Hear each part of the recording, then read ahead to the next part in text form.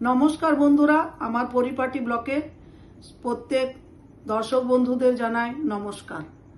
আজ বিগত 30 বছর হলো আমি কাজড়া মোড়ে এসে গেছি। এখানে কিছু কিছু ভাষা আমার প্রায় কথার মধ্যে চলেই আসছে, প্রায় সমতে। তবুও আমার বাঁকুড়ার ভাষা, আমি বাঁকুড়ার ভাষা এখনো ভুলতে পারিনি।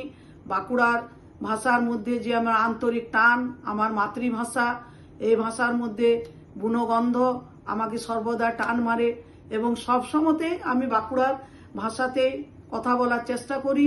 যদিও বন্ধু বান্ধবের সঙ্গে যখন থাকি একটু এই দিকের ভাষায় বলি।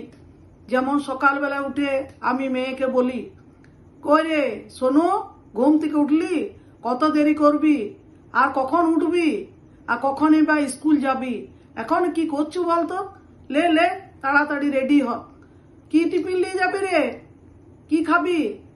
হ্যাঁ মা, আজ রুটি আলু ভাজা। ঠিক আছে, তাড়াতাড়ি করে রুটি আলু ভাজা করে টিফিন বক্সে ঢুকিয়ে দিলাম।